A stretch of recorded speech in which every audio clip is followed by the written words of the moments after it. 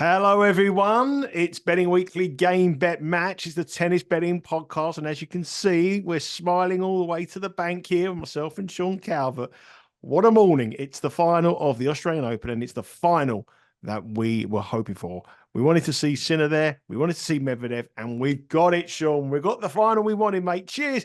You must be pleased. You must be, there can't be any tales of woe today, please, Sean. You must be ecstatic. Come on.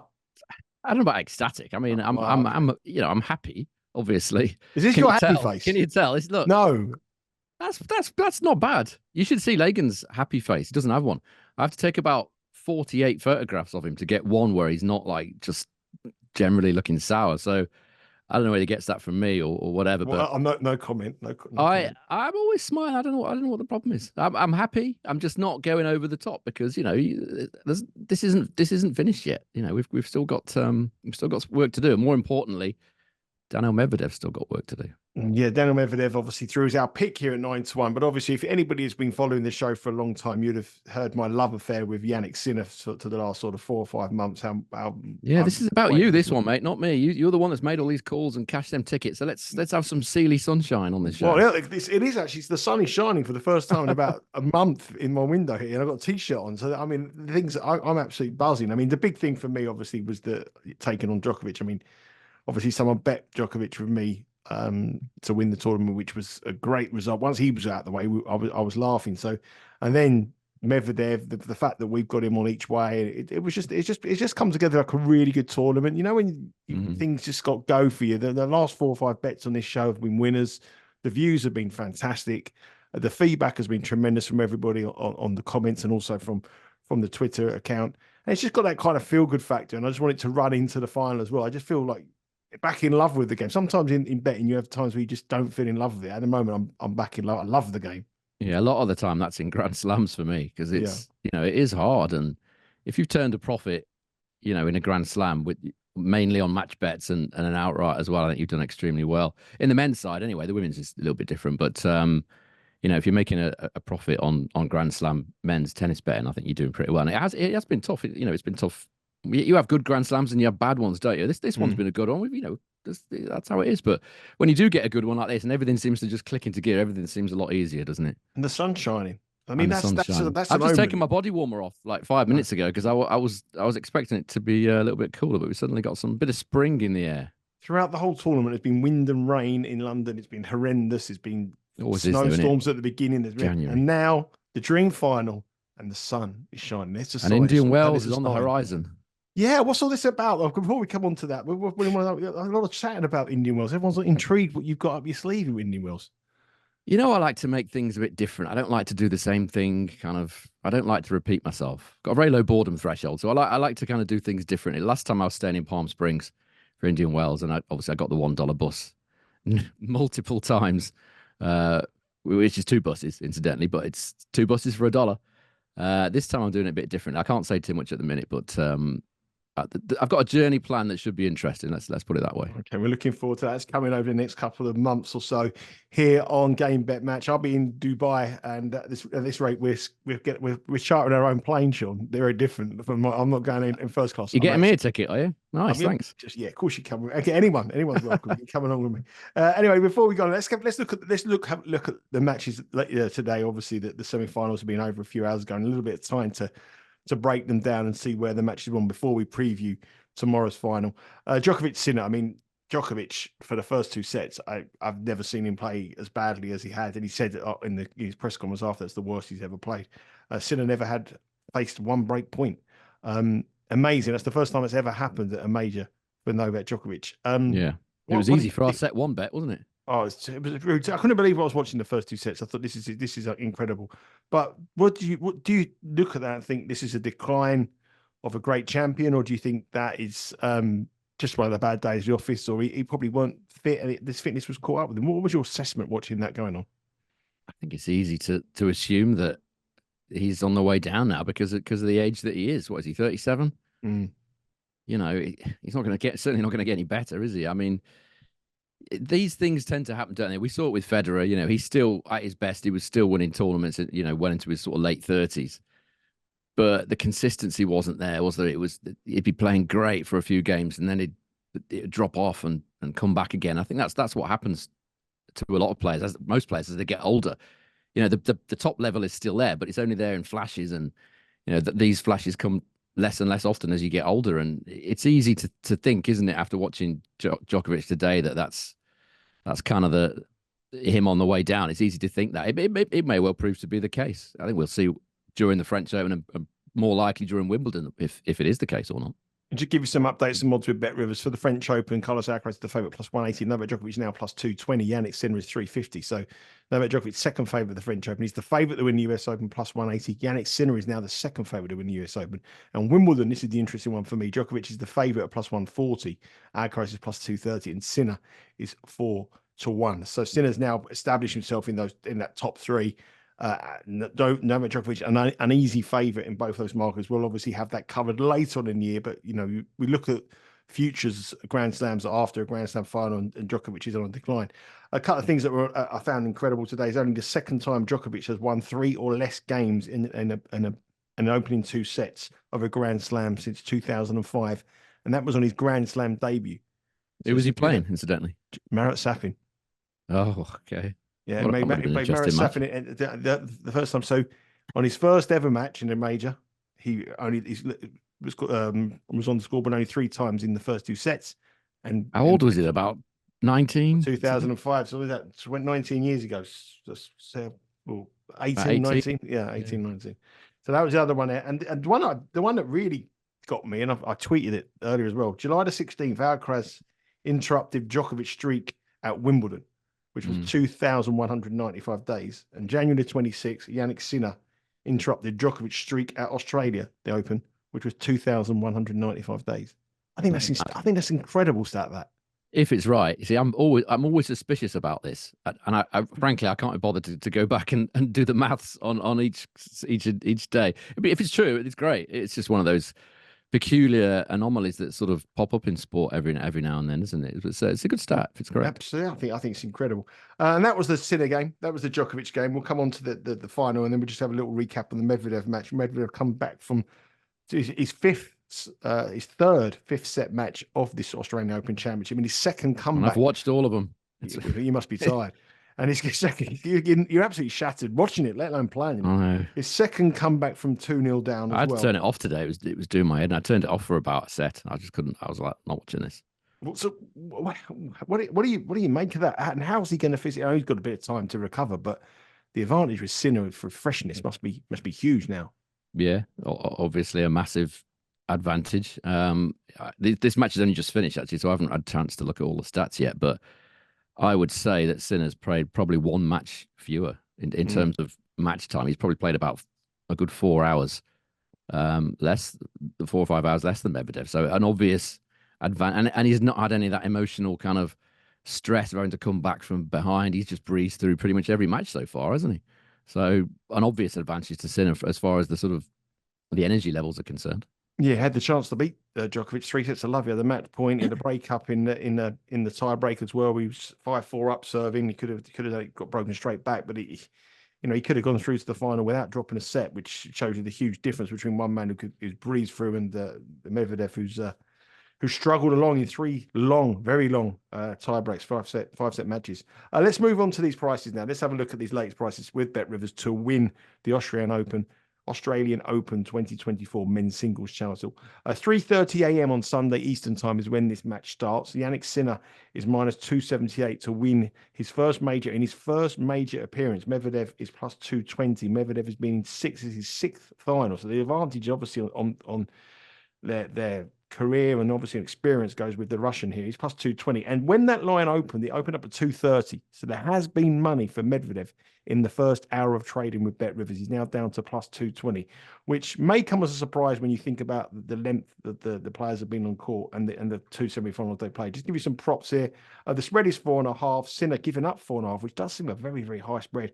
Minus 122. Medvedev plus 4.5, minus 103. And the total is 38.5. Over minus 113, under minus 110.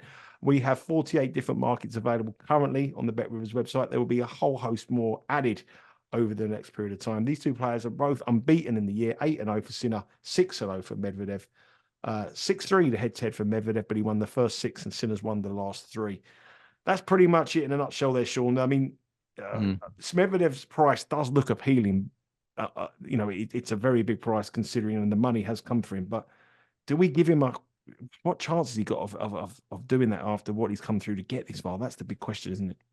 Yeah, it's what's he got left? I mean, if you look at the head-to-head of the matches played in 2023 only, which are probably the only relevant ones, 3-2 to Sinner.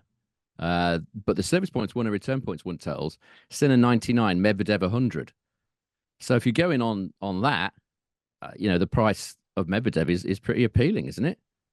I think it is. There's more to it than that. There's a lot more to it than that. But if you're just looking at bare stats, you know, that the price on Medvedev is appealing. I mean, just going slightly further into these, Sinner won 5% more second serve points, but he's not been very good on his break point chances. Only taken 27.5% of his break point chances in those matches.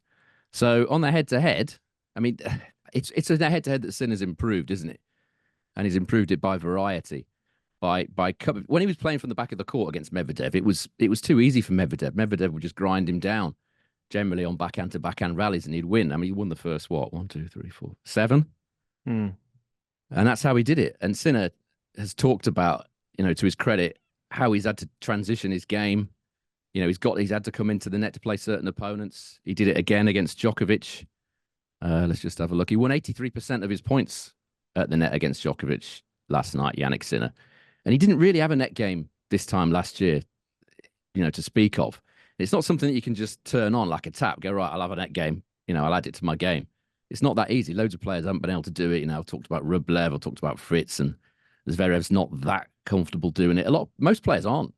You know, they've had to add it to their games. Djokovic had to add it to his game, remember, years and years ago with Boris Becker, wasn't it, back in the day? So I think the fact that he's added that, I think that's been pretty much key in him turning around what was a 0-7 head-to-head to what it is now. But he's still, as I say, he's still not ahead on the service points won and return points won totals of the last year. If this was a Medvedev that wasn't coming off the back of an absolute marathon tournament, you would give him a reasonable chance over the best of 5 sets. But, you know, the level hasn't been there, has it, for Medvedev all tournament? It's been, as I said, I turned it off today. It was at times it's been painful watching him, you know, because you know what he can do and what he has produced by and large has been mediocre. If you look at what Sinner's done this Australian Open in terms of stats, it's unbelievable, really. His service points won and return points won total is 114. Yeah, that's excellent. It's not off the charts, but it's really, really good. But 97% holds of serve, 59% second serve points won. And this is one of the killers, a service hold break total of 132. I mean, this is unprecedented numbers, really, heading into a final.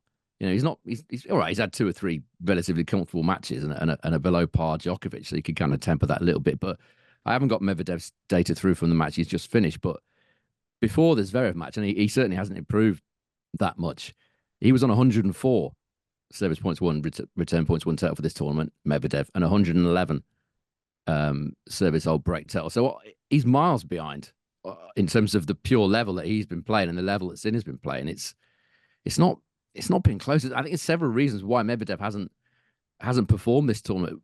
Number one, and it was really clear in that match today against Zverev. The first 2 sets in particular, his serve was woeful. I think he made 48% of his first serves, Medvedev, in the first set. Second set, I think, was about 53%. So he was hovering around 50% for the first 2 sets, and surprise, surprise, he lost on both. Then in the third set, he got it back up to something like 77, like a massive increase. And all of a sudden, the 3 points were coming. So his serve hasn't really functioned as it normally does, Medvedev, so far this tournament. And second serve, which is an indicator of how well he's playing from the baseline, it hasn't been great either. He's below 50% in terms of second serve points won this tournament. So I can see why it's priced as it is. You've got one player who's playing at the peak of his form and producing these unbelievable stats, and another player who's had to absolutely scrape through, playing at maybe like 60, 70%, flashes of his best, but the base level hasn't been good enough. So that's why it's priced as it is. Question is now, can we find a bet? That is the big question. I mean, let's look at some other stats though. Sinner today, his first serve percentage was only 58% in the match. which is not very good at all. But it's not dreadful. It's not 48% like Medvedev. I mean, 58%'s not fabulous. Djokovic was 68%, and he got lost at 6-1, 6-2, didn't he? In the first I don't think he had anything today. Djokovic did it. He was flat. He's been flat a lot this tournament, and maybe he'll talk about it in the coming days or whatever. Whether it's just one of them things, maybe it's just the fact that he's getting older, and he can't turn it on like he used to, every single match. But yeah, 58%'s it's not dreadful. It's the lower level of what you would expect, but 48%, that's not going to get it done. Yeah, 48%. But on the flip side of that, he saved his 24 break points coming into this match today. Was it on the tournament? I think it's 27. I think it was. He saved 27. That's why his hold and break total is so high, because he's holding 97% of the time, and he's saving every break point that's coming his way. So that's why that number is so big at 132, which is massive. His defense, and he played that tiebreak against Rublev in the semi-final, and Rublev looked like he was going to go one set. And Rublev actually was very close to hitting favour that stage because Sinner was cramping. That was a key moment in Sinner's turning point of this whole tournament. I think. Yeah, definitely. Because if Rublev had converted one of them, well, two of those, the next sort of 5-6 points, then I think you're looking at a very different situation right now. I do, yeah, and I had to turn the telly off when that was going on. I was quite nervous this morning. I've had some really big positions in my life when I was a younger man, but at 50, I didn't want to be going into. I've had bigger positions than I've had now, and the stress going through this morning. You're not bothered when you're younger, are you? But no, I do bother about it now. Just one other thing on the odds. I mean, let's look at some of the odds in these previous matches. One thing you'll remember, this is the first time that these two have ever met in a major. Despite playing 9 times, they've never played in a Grand Slam. They've never played a best-of-5 set match. So, and in the 9 matches previously, Medvedev has been favourite in 8 of them. And the only time that Sinner was a favourite, and it was a very slight favourite, was in the semi-final of the Masters Cup. Some of these matches, Medvedev's been going off at like -350, -330. Like I'm only talking like 2021, 2022. It's not long ago. So to have Sinner now almost -$3. It shows you what he's done in the last 2 years. I'd say the last probably 9 months, 8, 9 months, to be honest. That difference of adding that variety to his game, it's made him a different proposition. Do you think that, or do you think that's the key fact? Or I think that's the part of it. But do you think that the fact that Medvedev's come through all these epic 5-setters and Sinner's had a breeze has a huge influence on the past? Say, for example, Sinner had come effect through. on the price, you mean? Yeah. Yeah. If Sinner had come through 5 sets, say Sinner had been the man to come through 5 sets and had all the stats that backed it up, and Medvedev breezed through, I think Medvedev here would be probably about a +120 chance. On the stats, as I've said, he's got the better stats in the head-to-head over the last 12 months. So. It can only be the fatigue that's making him the price that he is. But I mean, if you're backing Sinner, what odds is he now, Sinner? -278. He's almost -$3 with some books. Okay, so that's it's short, isn't it? I mean, particularly if you bear in mind the fact that this is his first Grand Slam final. Exactly. I think that's a massive point as well. Yes, there's a Medvedev fatigue, which is a big negative for him, but how's he going to handle his first major final? It's, we've seen him before get nervy, lose matches he perhaps should have won because of the nerves and stuff. The first Masters final, I remember he lost to Hurkacz, didn't he? He was a decent favourite, lost in straight sets there. It can affect people. If you think back to last year, the French Open, when Alcaraz got himself so worked up at the French Open that he came out a bit crazy, didn't he, against Novak Djokovic? Ended up virtually handing the match to him because he got cramps, didn't he? Couldn't move. I'm not saying that's going to happen to Sinner, but it might, or something similar might happen. That's when it comes to the people around you, obviously Darren Cahill and all the guys that he's got in his team. But ultimately, he's got to. They're not the ones walking out onto the centre court in front of a packed crowd in their first Grand Slam final, are they? It's Jannik Sinner that's got to do it. And that's why these guys take on people like Juan Carlos Ferrero and Boris Becker and all these other guys that have been there and done it. With all due respect to Darren Cahill, he hasn't. But and even if he's the best coach in the world, it's up to Jannik Sinner, isn't it? I don't think he's going to know how he feels until he gets onto that court for the first time in a major final. It might not be a problem, but equally it could be. And that for me is another factor why this price is too short. It's going to be an interesting final for sure, and it's going to be a long final. We don't know, but it's going to be great in running. We saw some of the best in running betting today. in tennis betting at its best. And remember, Bet Rivers this is your final chance to get involved in their offer. It's a Bet Rivers is offering a live profit boost every day of the Australian Open. So this is the final day. When you place a wager of at least $25 during a match, you'll receive a 20% profit boost. Limit one per day, every day of the tournament. See the Bet Rivers website for full details on the Australian Open bet and get offer. So it's going to be long. We think it's going to be edgy. I think it's nervy. The other thing that's crucial here, Sean, I know it's a night game, but it's been quite cool in Melbourne. Is it going to continue on to that cool factor, or is it going to heat itself up over the next 48 hours or so? Well, the weather for Sunday is 24 degrees, which is pretty comfortable, isn't it? It's not going to be a major problem for Medvedev or Sinner. Yeah, the heat's not going to be a factor. I've not looked at the wind. Actually, that might potentially be an issue, but I haven't actually seen that. But as far as the heat's concerned, should be fine. Should be fine. So we've given a sort of a lot of chat, the pros and cons for taking both players, the benefits and the factors why Medvedev could be a value at 220. He's got the experience, Sinner's got the form, nerves could play a big part here. There is a lot of special markets. There's a lot of props on the Bet Rivers website. We do expect almost 100 markets when the two take to the court on Sunday. Is there anything that's caught your eye, Sean? I mean, it's been a good tournament. I think we won our last 4 bets here. We've got a finalist into the final. We talk about hedging. There's no probably point of hedging betting someone here at minus 278. But what is your strategy? Where do you see some value? What's the area we should be looking at to attack here? I mean, if I was hedging, I'd be looking to do it if Medvedev was maybe a set and a breakup, something like that. Right. Maybe you think, a nervy start from Sinner, Medvedev with all his experience, gets a good lead, decent-ish lead. And then you might think, Sinner maybe starts to relax a bit, comes back into it. Medvedev maybe starts feeling them legs a bit after all these epic matches that he's had. That might be the position where I might think about hedging it. Certainly, as you say, it's not much point now. He's, the odds are, nowhere, are they? From a props point of view, I've only had a chance to have a very brief look at this, but I quite like the over 10.5 in set one here, plus 215 at Bet Rivers. Continuing on that theme of Sinner potentially being nervous. I think he's got to be, hasn't he, in the first set of his first major final against a guy who's lost to 7 times.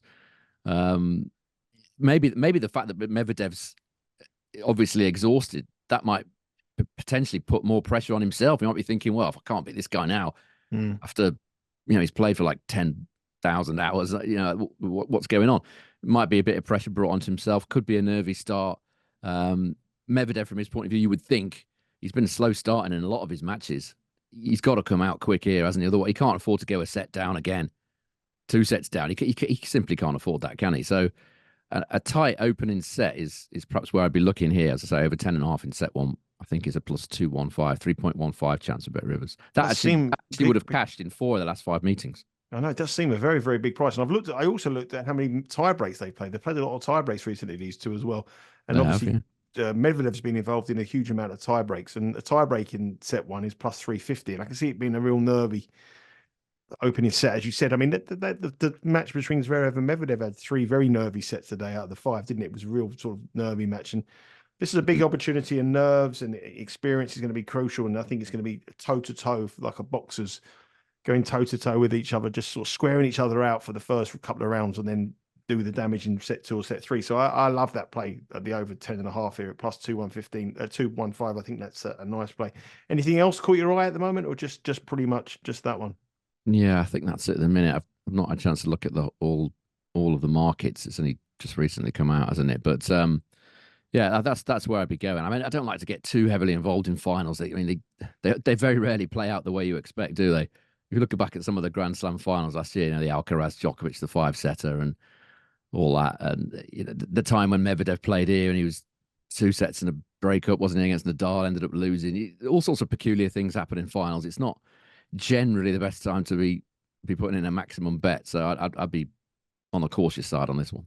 Yeah, I'm told number of tie breaks in the match as well, over half. So one tie break is minus 139. I think they're going to be at least one very, very close set. Hopefully the first one could be the third of if it gets to the business end, but I think it's going to be a tight first set. I totally agree with you on that one, Sean. I was looking at that market myself and looking at the tie breaks in that first set, thinking that's got to be an angle here. We're going to end up in profit for the tournament. We're not going to have an official pick on this one, are we? We're just going to No, I'm not going to push my luck. No. I think it's finals generally. I just prefer watching them. If I see something in play, then great. I see something in play, I might have a little bet, but I like to kind of just watch them really because it's very difficult to predict. Very difficult. So it's all sorts of peculiar things happen in finals. Yeah, and for that reason, we're not going to play. We're going to hit profit for the year so far on the back of the place money for Medvedev making the final, and hopefully we can extend that with a win for Medvedev. I've hedged both positions, Sean. I'm in a win position. I'm just going to enjoy the final. Hopefully it goes into a late fifth set, so I can go and watch it down the pub and have a couple of Stellas while I'm watching the final. Early start. Just wondering when it's going to be on. Actually, what time UK It'll is be that? about 8:30 in the morning. Okay. I'm not sure I'm even going to be able to watch it live in that case. I've got big day for on Sunday. It's West Brom Wolves. Yeah, I'm on Wolves for to win the FA Cup, and you're a West Brom fan. Don't be saying that. I know. It's a big I've got match. to go. I'm watching it with a mate of mine in London. Actually, he's a Wolves fan. I'm taking my boy, and he's taking his boy, and yeah. So hopefully the final will be over by then, or I might have to do a sort of split screen thing and watch them both. There could be a little bit of football violence there. He's taking your lad and another lad, West Brom Wolves fans. I think it could all be a bit. I don't think my mate's lad really cares about Wolves. I think he's okay because he's born kind of London Essex border. He doesn't really have that same affiliation. Lagan somehow has decided to start supporting West Brom, which I had no pressure on him to do that whatsoever. He's just kind of taking it upon himself. So we'll see. We'll see. I just don't want it to be one of them situations where they get beat about 4 or 5. That'll be painful. It's an early start that match, isn't it? Yeah, West Midlands Police would have made sure of that. Yeah, 11:45. Yeah. 11:45 start, and there's no Premier League show this week. Myself and Jack on the Benny Weekly Studios. There is a European show with all the crew. They've got some great bets. They've got some 2-unit picks, some hot dogs. So if you haven't seen that show, you're new to the channel. Have a little bit on watch the soccer show. There's some good information there. Some good bets on the Spanish league, the German league, and the French league. The show is on the Bet Rivers Studios YouTube channel. Remember to follow us at Because We Win on our Twitter account and on our Instagram account, and also download the podcast Benny Weekly Game Bet Match on your preferred podcast provider. We're back on Sunday, down to earth with a bang. Montpellier and the Dallas Open, Sean. You'll be this is your kind of stomping. I think it's just Montpellier, isn't it? Is it? Yeah. Is it Montpellier? I thought it was. Oh, that's all right then. So we just got one tournament, Montpellier. It's just because last year, if you remember, this was the week after the Australian. It was an empty week. They just played Davis Cup. Now, for whatever reason, they've just thrown Montpellier into that slot. So we've got one ATP 250 next week, and it's not glamorous, I'll be honest, but it's the bread and butter of the tour. Now, last thing I'll say before we go, the views and the comments have been amazing over the last 2 weeks. Thank you for everybody who has joined us here and watched us on the tennis show. Thanks to all your comments. We try to reach out and reply to every one of you. So if you've got a comment on the final, any bet you want to have, please give us a comment on there. Give us a like and subscribe to the channel. We'll do our best to answer everything you want answered there. But don't just forget us. We're here all the way through the tennis season. Sean has been cashing tickets all the way through the last couple of years on this show. Not just about the majors, it's about the ATP 250 events, the WTA. We have it covered with Rory Giovanni as well. So please don't be a stranger. Stay with us throughout the year. You'll guarantee you'll be making money. It'll be a good decision to stay with us. Hopefully you've enjoyed the content over the last couple of weeks. I've certainly enjoyed your time, Sean, with the show with us, and we've had a good fun, and we're going to end up on a high. It's going to be a good tournament. So thanks very much for your time, mate. I really, really appreciate it. I'm not going to say good luck to West Brom on Sunday because we need it to win the FA Cup. So I'm not going to say that. I can't. But, if Wolves are winning the FA Cup, I think I might have to take a couple of weeks off the show or something. I can't handle that. Well, let's hope they get to this final and get beat. But anyway, it's been a joy, and hopefully everyone who's been involved and everyone who's watched has made us some money along the way. That's what it's all about. Take care. Thank you, everyone, for joining us, and see you all again on Sunday. And don't forget, ATP Tour 250 Montpellier. That's where it's at.